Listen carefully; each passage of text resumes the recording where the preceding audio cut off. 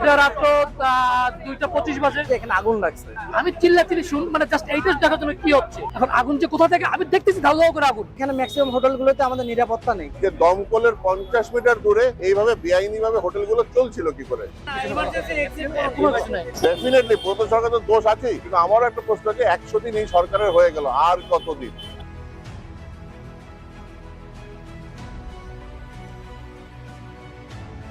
দাঁড়িয়ে রয়েছে 15 নম্বর মির্জা গালিব স্ট্রিট। গতকাল ভোর রাতে শিখা ইন হোটেলে অগ্নিকাণ্ডের ঘটনা ঠিক কি ঘটেছিল গতকাল রাতে একেবারে নিউ মার্কেট থেকে অদূরে এই যে মার্কুইস স্ট্রিটের সামনে এই যে মির্জা গালিব স্ট্রিট, এখানে মূলত বাংলাদেশিরা তারা চিকিৎসার কারণে এবং যারা ঘুরতে আসেন তারাই মূলত এখানে কিন্তু থাকেন আমরা জানি। আর এই ঘটনায় যেমনটা জানা যাচ্ছে অধিকাংশই যে 9 জনের মৃত্যু হয়েছে বাংলাদেশি, এমনটাই খবর পাওয়া যাচ্ছে। আমরা কথা বলার চেষ্টা করব। গতকাল রাতে হোটেলে আটকে পড়েছিলেন এমন মানুষকেও আমরা পেয়েছি, তিনি ঠিক কি জানাচ্ছেন, ঠিক কি দেখেছেন, তিনি কি ঘটেছেন। এমনকি এখানে যেমন হোটেল রয়েছে তারই পাশাপাশি অ্যাডভোকেটের চেম্বারও রয়েছে, যাদের অফিস রয়েছে তারাই বা কি জানাচ্ছেন, ঠিক কি ঘটেছিল। এবং একটা বড় প্রশ্ন উঠছে যে কিভাবে লাইসেন্স পাওয়া যায়। একাধিক হোটেল ছিল ওই একটি আবাসনে, এমনটাই জানা যাচ্ছে। মোট 5 তলা বিল্ডিং, এই যে বিল্ডিং এর দ্বিতীয় তলায় আগুন লেগে যায় গতকাল ভোর রাতে প্রায় 2:20 নাগাদ এই অগ্নিকাণ্ডের ঘটনা ঘটে, এমনটাই জানা যাচ্ছে। ঠিক কি ঘটেছিল একেবারে সরাসরি প্রত্যক্ষদর্শীদের মুখ থেকে তাদের বয়ানে শুনে নেব। আমি আমার রুমে একাই, আমি একা রুমে, আমি এসি চালাই সার্জেন্ট চিল্লাচিল্লা তো গায়ে লাগাই তাদের 500 পর হইতে পারে। পরে যখন চিল্লাচিল্লি মাত্রাটা আরো বেশি তখন আমি রুমের দরজা খুলে আমার রিসেপশনের সামনে এসে দেখে আগুন। এখন আগুন যে কোথা থেকে আমি দেখতেছি ধাউ ধাউ করে আগুন, কোনো লোকজন নাই। রিসেপশনের ফ্লোরটা বামে আর কি, আমার হোটেল পর্যন্ত আসে নাই, তার মাঝখানে তো ফ্লোর। এখন আমি উপরে যাবো না নিচে যাবো আমি এটা বুঝতে পারি না, যে আগুন তো কোথা থেকে লাগছে কথা স্বাভাবিক বোঝা যাচ্ছে না। তখন আমি যখন নিচে না নামবো, কোথাও নামতে পারতেছি না, আমি আমার রুমে ঢুকে আমি এসির কোন থেকে যে জালি দিয়ে আছে ওইখান থেকে আমি দিয়ে মোটামুটি বাসা নিঃশ্বাস নিচ্ছি, ফ্রেশ নিচ্ছি। আর বাথরুমে ঢুকে বাথরুম ভেন্টিলেশন খুলে দিচ্ছি আমি, যে ফ্রেশ নিচ্ছি আর পানি রেডি করে রাখছি আমি বাথরুমে, মুখে ঢুকে দিব, কম্বলটা ভিজাই রাখবো আমি, ইনকেস যদি এই পর্যন্ত আসে সেফটি আমার নিতে হবে। এই ভিতরে দেখলাম ফায়ার সার্ভিসের পানির আওয়াজ, ওদের গাড়ি আসছে, এই কিছুটা শান্তি পেলাম, যেহেতু ফায়ার সার্ভিস আসছে এখন কিছুটা অসুবিধা হবে। আধা ঘন্টা পরে দেখলাম ওরা আমাকে রেস্কিউ করে নিয়ে আসলো। কোথা দিয়ে রেস্কিউ? আমার রুমের থেকে। না কোন দিক দিয়ে বের করলো? আমি এখান থেকে ঢুকছে ফায়ার ব্রিগেড, আমি জানি না ওরা কোথা থেকে ঢুকছে, বাট আমার রুমে নক করছে ওরা। হ্যাঁ আমার রুমে নক করছে, নক করার পর আমি, আপনি আছেন যে আমি আছে, চলো আমাদের সাথে চলেন। এই আমি আর আমার পাশে, আপনি যখন বার হচ্ছেন হ্যাঁ আপনার সাথে এরকম কতজন বের হলো? আমার সাথে 4-5 জন ছিল পাশের ফ্লোরে। মানে ওই আমার যে হোটেলটা 2টা পার্ট আছে, একটা এই সাইড হলো একদম সম্পূর্ণ নতুন করা, আর পাম্প সাইডে একটু পার্ট আছে। প্রবেশ না করলে বুঝতে পারবেন না এটা সিস্টেমটা আপনারা। ঠিক আছে, আমার সাথে যখন 5-7 জন ওরা ছিল, ওরা রেস্কিউ করে আমাদের একটা বের করে নিয়ে আসছে। কোথায়? মানে হোটেলের এই যে বিল্ডিং এর পেছনে কোনো দরজা আছে? না কোনো কিছু নাই, জাস্ট লিফট আছে, লিফট আর এটা, আর যেটা আগুন লাগছে লিফটের একদম বরাবর মুখের গেটটাই যেটা লাগছে। পাসপোর্ট ভিসা নিয়ে এই দেশে আসছে এবং তারা এখানে অবস্থান করতেছিল। আমার সাথে 9:35-এ এই মোড় সুপার শপে ওই বাচ্চা এবং তার গার্ডিয়ান 2জন নারীর সাথে আমার দেখা হয়। তো তাদেরকে যখন জিজ্ঞাসা করি আপনারা কোন হোটেলে উঠছেন, বলতেছে এটার উপরেই আমরা আছি একটা হোটেলের নামটা আমাকে বলেনি। এরপরে আমি রাতেবেলা খাওয়া দাওয়া করে রাতেবেলা এদিক থেকে রাত 1টার সময় গেছি এদিক থেকে, কারণ আমার হোটেলটা নিয়ারেস্ট একটু সামনেই। তো যখন 2:30টার দিকে, 2:30টা মনে বাজেও নেই যখন এই ঘটনাটা ঘটছে, তখন জানতে পারলাম যে ভিতরে একটা মানে যে কোনো একটা ঘটনা ঘটছে। পরে জানতে পারলাম যে এখানে আগুন লাগছে।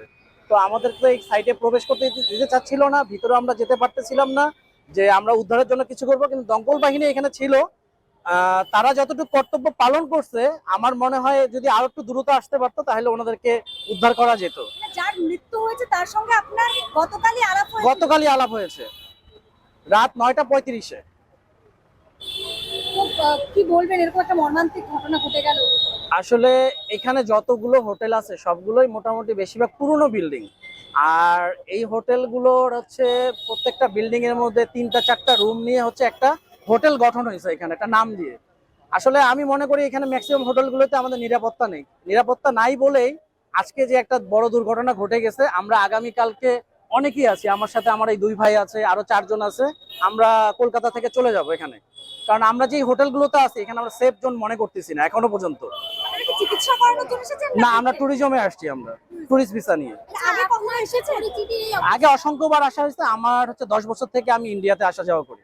আচ্ছা, আপনার যে পরিচিত যে এরকম অবস্থা, তারা এখন এরকম অবস্থা? না, তাদের কারো তো খোঁজ পাচ্ছি না তো। আচ্ছা, আপনারা কেউই জানেন না তাদের তারা কোথায় আছে, কিছু জানেন না? কিছু শুধু জানি যে হসপিটালে নিয়ে গেছে, কেউ মর্গে আছে, আর যারা ইমার্জেন্সি ট্রিটমেন্টে আছে।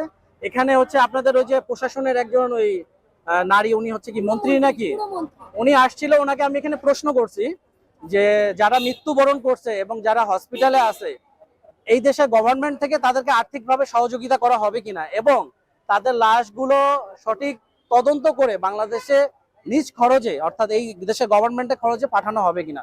বলতেছে এখানকার রাজ্য সরকার এটা দেখতেছে। এবং আমি এটাও জিজ্ঞেস করছি যে এখানে যে দুর্ঘটনাটা ঘটার কারণে এটা দায়ভারটা কারা নিবে, কোথার থেকে উৎসটা হয়েছে, সঠিক তথ্য তো আমরা এখনো জানতে পারছি না। উনি বলতেছে রাজ্য সরকার দেখতেছে, এটা আমরা আগামীতে জানাবো। আমি ছিলাম না, আমার দুজন স্টাফ ছিল ওখানে যখন আগুনটা লাগে। কি বর্ণনা পেলেন, কি ঘটেছে? 1:30 সময় ফোন আসে যেরকম স্যার আগুন লেগেছে, আর ও ভিডিও কল করে, তখন দেখলাম দাউ দাউ করে সেকেন্ড ফ্লোর থেকে আগুন চলছে। ফায়ার ব্রিগেড খুব দ্রুত চলে এসে সব জানলা ভেঙে ওই বড় ল্যাডার দিয়ে প্রায় 70 জন লোকদেরকে রেস্কিউ করেছে, কিন্তু এর মধ্যে কিছু লোক মারাও গেছে। ফার্স্ট ফ্লোরে যারা ছিল ওরা বেরিয়ে আসতে পেরেছে, বিকজ ফার্স্ট ফ্লোর বলে। বাকি অন্য ফ্লোরে ক্যাজুয়ালিটিস হাই। আমার এখানে লয়ার্স চেম্বার রয়েছে। কতদিন ধরে এখানে? আমি এখানে আছি 8-9 বছর ধরে আছি। তো পুরমন্ত্রী ইতিমধ্যে গণমাধ্যমে জানাচ্ছেন যে কিভাবে কি লাইসেন্স দেওয়া হলো, অলরেডি নাকি 10টা।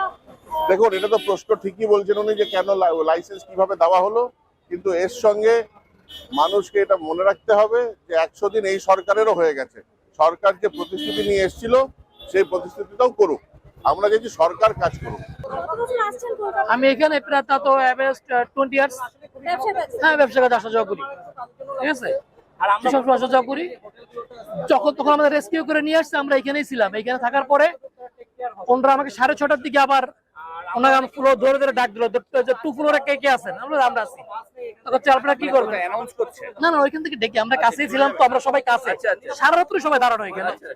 তখন 6টা বাজে, তখন আমাদের পুলিশ সবাই নাম এন্ট্রি করে, আমার নাম, আমি কোন হোটেলে ছিলাম, রুম নাম্বারটা এন্ট্রি করে, এরকম আমাদের 14-15 জন একসাথে উপরে নিয়ে গেছে, যিনি আপনাদের প্রয়োজনীয় যা যা আছে আপনি নিয়ে নেন। তখন আমি বললাম যে আমাদের ম্যানেজারকে একটু আপনি যদি ভয় দেন তাহলে ওরা সামনে আর আসবে না, কারণ ওদের কাছে আমাদের চাবি, পাসপোর্ট সব ওদের কাছে আছে। তার কাছে ঠিক আছে, আপনি ওদের ডাকেন, নিছি। তখন ওই পুলিশের অফিসার বললো ঠিক আছে, আপনি ফোন করে ম্যানেজারকে ডাকেন। তখন একটু লুকাই ছিল আর কি। ওরা আমি ডাক দিচ্ছি, তুমি আসো, সমস্যা না, কেন ওদের সমস্যা না, তুমি আসো। আমি পুলিশের সাথে কথা বলছি যে তোমার কাছে চাবি, তুমি না খুলে দিলে তো আমরা কিছুই পাবো না। তারপর আমাদের সাথে উপরে গেছে ম্যানেজারটা, যে আমাদের খুলে পাসপোর্ট দিয়েছে, তখন আমরা নিচে চলে আসছি। এসে আমরা যার মতো মনে করেন আমি ওরিয়েন্টালে উঠছি, আর আমার সাথে 2-3 জন যেগুলো উঠছে, সবাই সকালে বিভিন্ন হোটেলে আমরা নিয়ে নিচ্ছি। এই যারা মারা গেছে তাদের সাথে আমি না, তাদের সাথে তো আমি তাদের চিনি না, তারা তো অন্য হোটেলে ছিল। আমি গতকালকে আসছি 7:30টার দিকে, সন্ধ্যা 7:30টায়। আগুন লেগেছিল, আপনি দ্বিতীয় তলাতেই ছিলেন? জি দ্বিতীয় তলাতেই জি আমি জানি। নামটা কি? আগুন যেটা লাগছে ওটার নাম হলো শিখাইন, আর আমি ছিলাম আদ্রিকা গেস্ট হাউসে, তো সাথেরটাই, একদম পাশেরটাই। কি দেখলেন আপনারা? যখন চিল্লিটা হলো, কখন এটা কোন এটা রাত্র 2:25 বাজে, তখন দরজাটা খুলে আমি বেরোবো, আমি চিল্লি শুন, মানে জাস্ট এইটা দেখার জন্য কি হচ্ছে, কারণ এসি চলো তো, ওই পর্যন্ত আমার এখন দোয়া আসে না। তখন থেকে আমার সামনে আগুন, আর আমার এই রুমটা কিন্তু মেইন এন্ট্রান্স থেকে অনেক ভিতরে, আবার ভিতরে ঢুকে গেছি। বাথরুমে আমার রুমের এসি সব বন্ধ করে সব জানলা খুলে দিছি আমি, যেন একটু বাতাসের জন্য এয়ার পলিউশন নিতে পারি আমি। আমি জানি যে আগুনের ব্যাপারটা বন্ধ হয়, কোনো সময় ঝামেলা হতে পারে। আমরা তো চলে গেছি সকালবেলা, আমি আমার পাসপোর্ট নিয়ে আমি অলরেডি অন্য হোটেলে শিফট করেছি। আমরা আমি আরো 2 দিন হচ্ছে আসছি থাকবো, বাসাতেই প্রেশার দিচ্ছে যে থাকার দরকার নেই, চলে আসো। পরে যেটি বলতেছে, যেটা স্বাভাবিক, যেহেতু নিউজটা হয়ে গেছে, সবাই জানছে। আমি শুক্রবারে যাওয়ার ইচ্ছে ছিল, এখন পর্যন্ত কোনো ডিসিশন নিইনি যে এখন যাবো কিনা। আমি একটা সেন্টেন্সে ইউজ করি, সরকার যদি মনে করে যে হিউম্যান লাইফটা খুব চিপ, তাহলে সেটা খুব ভুল। সরকারকে মনে করতে হবে যে একটা জীবনও খুব ইম্পর্টেন্ট।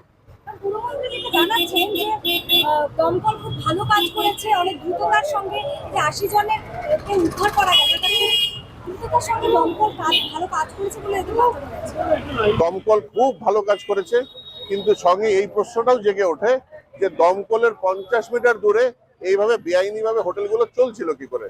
যদি আপনি যেরকম সকাল হলে পরে রাত্রির হয়, তো তো যদি দমকল ভালো কাজ করে থাকে, দমকলকে এটাও জানতে হবে যে কি করে বেআইনি হোটেলগুলো এইভাবে এত বছর ধরে উইদাউট ফাইটিং মেজার কি করে চলছিল। পুরোমন্ত্রী অভিযোগ করছেন পূর্বতন সরকারের বিরুদ্ধে। ডেফিনেটলি পুরাতন সরকার তো দোষ আছেই, কিন্তু আমারও একটা প্রশ্ন আছে, 100 দিন এই সরকারের হয়ে গেল, আর কতদিন?